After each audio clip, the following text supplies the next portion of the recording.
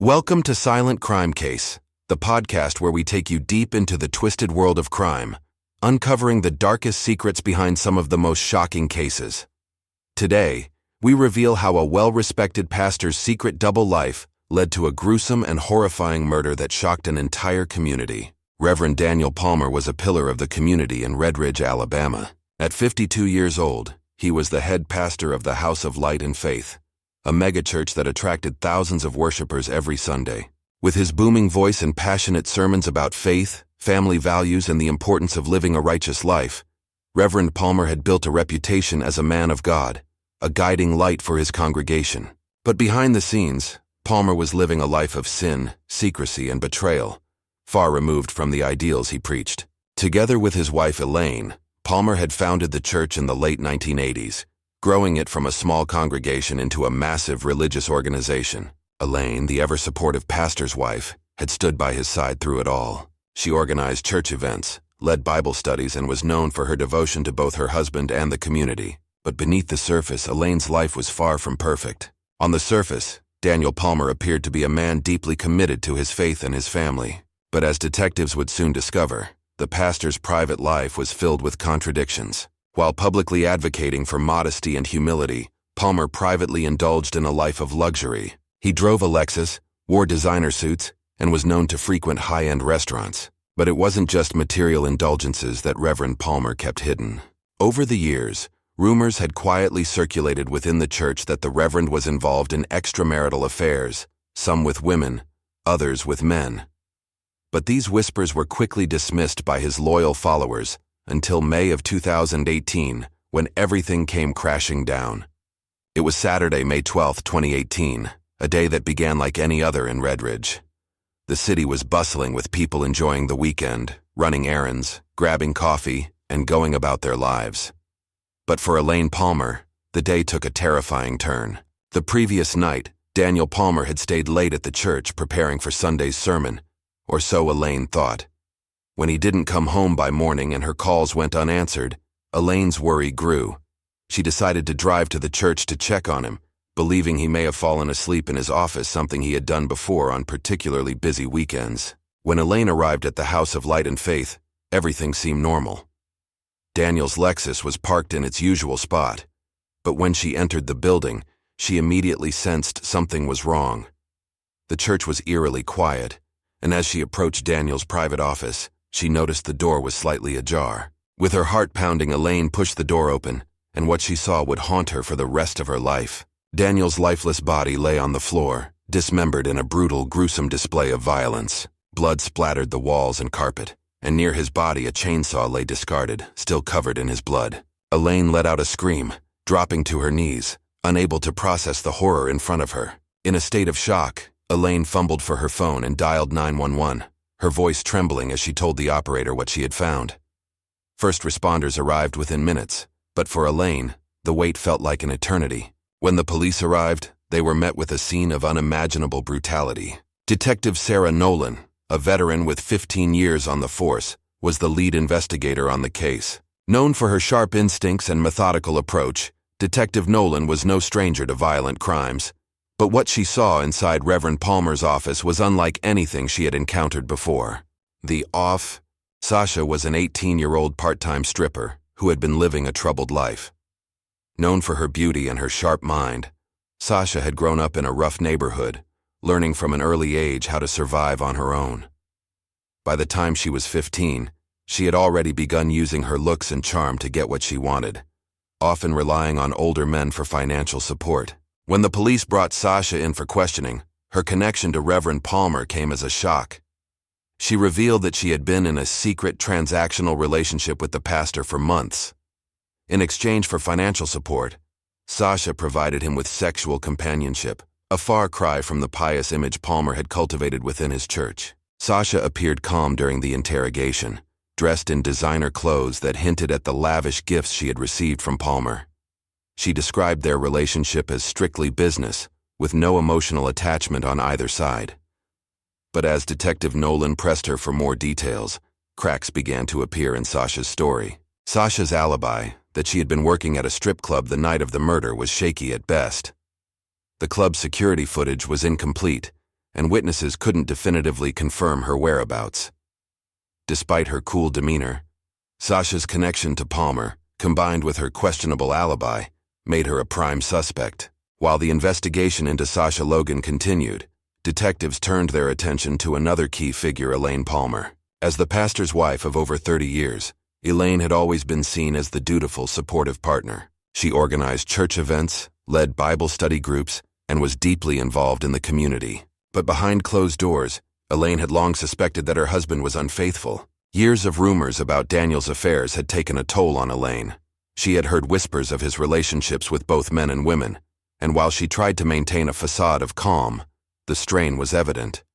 Detectives soon uncovered another troubling detail.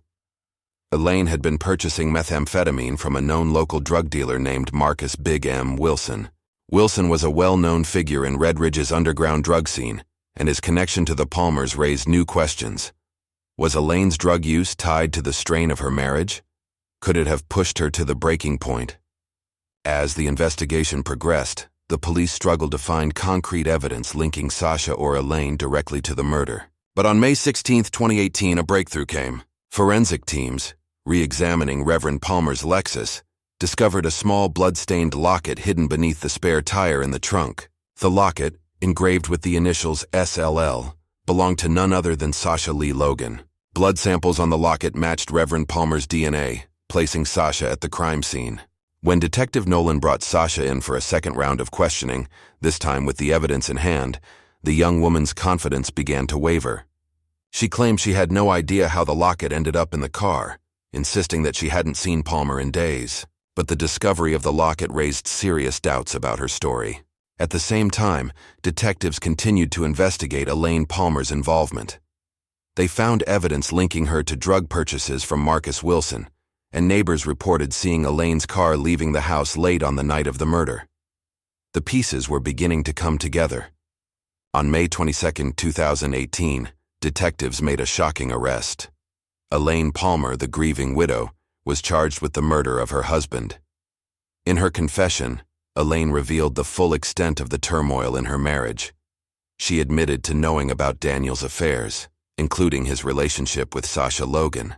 But what drove her to murder was more than just infidelity. Elaine described how Sasha had manipulated her, feeding her resentment and anger over the years.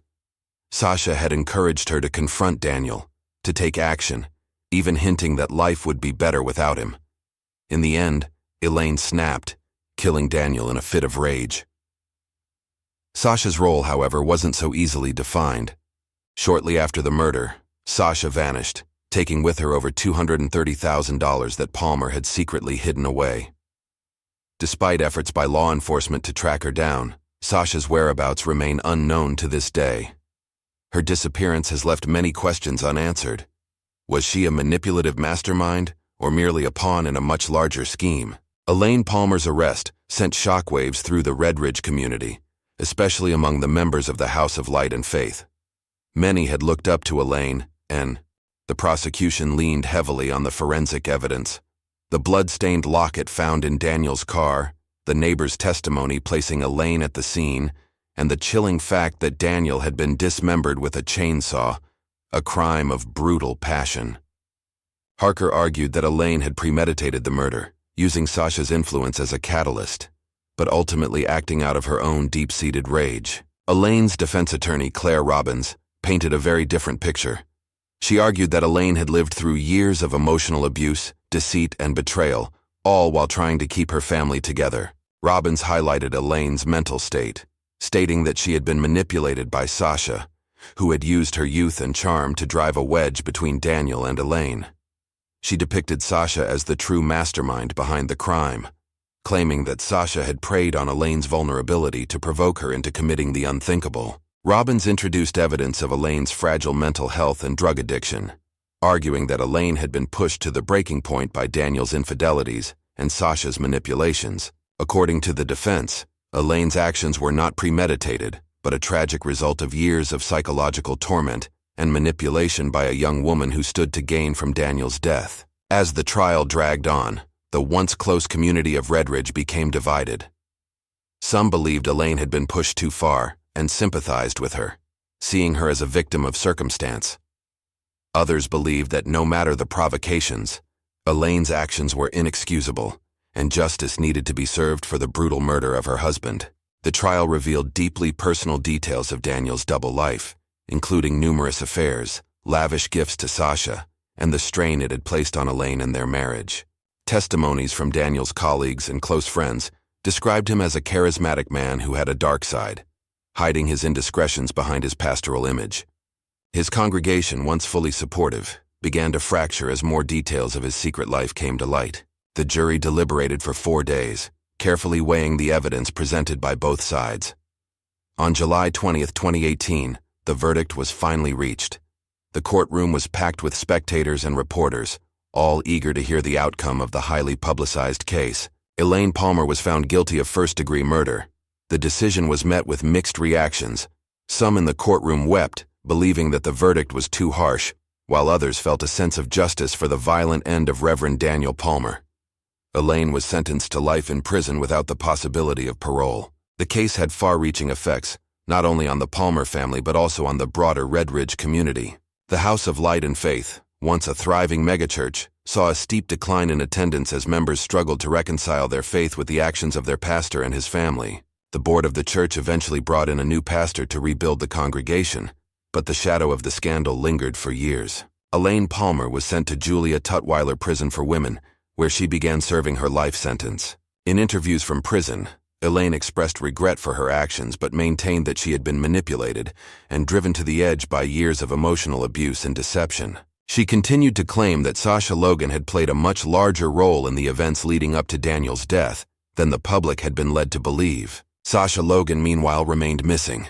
Despite law enforcement's efforts to track her down, Sasha disappeared with the $230,000 she had taken from Daniel. Rumors circulated that she had fled the country or assumed a new identity, but her whereabouts remain unknown to this day.